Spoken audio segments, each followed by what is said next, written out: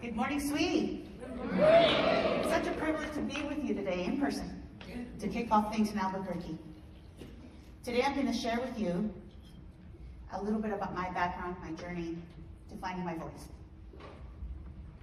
And on my way to finding my voice, over many years, I had opportunities, faced obstacles, defy odds, to defy stereotypes, to defy challenges. And every time I have these opportunities, I have choices to make. Do I defy the obstacles, or do I let them stop me? Do I defy the odds, or do I let them limit me?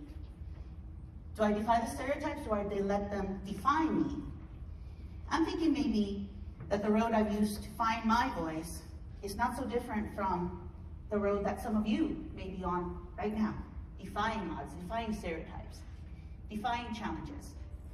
This has been my journey to find my voice, and it stays even today.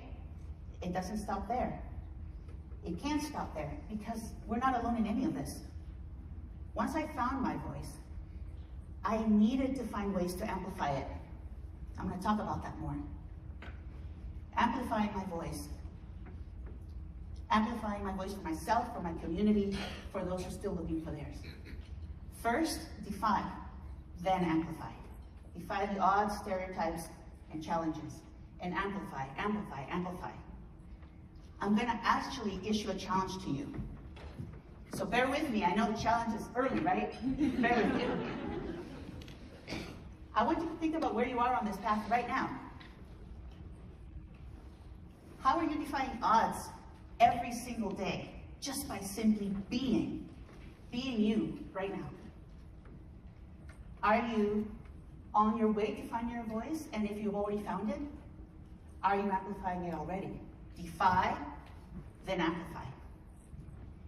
Let me start by telling you a little bit about myself. I'm a working mother, I'm a daughter, I'm a sister, I have a huge extended family, 27 first cousins. I'm a civil engineer, I'm a public servant, I'm a hiker, scrapbooker. I am a Star Wars, Disney, and Marvel super geek.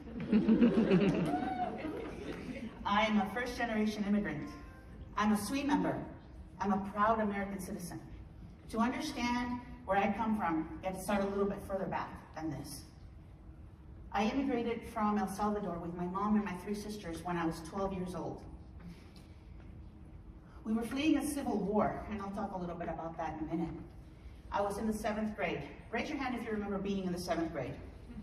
Oh yeah, 7th grade, right? This is the awkward age when we have opinions about a whole lot of stuff, but we don't know very much about much, right?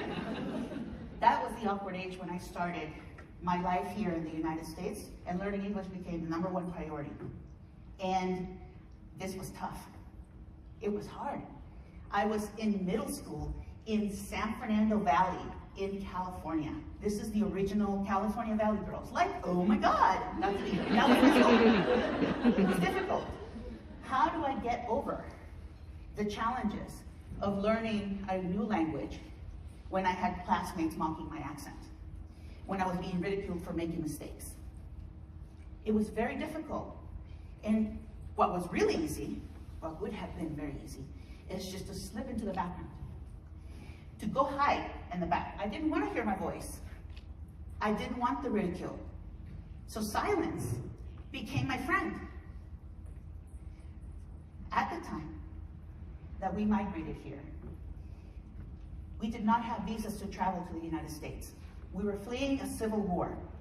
So my parents had the heart-wrenching decision to tear our family away from everything we knew, our home, our family members, to start over here in the United States with less than nothing. We came undocumented immigrants to save our lives. That was the decision my parents had to make. And starting over here presented all sorts of challenges. When every single person we came across, could be a disgruntled neighbor or a classmate that didn't like me very much, could pick up the phone and call immigration and have my entire family deported. This was something that weighed on me and my sisters and my parents every single day.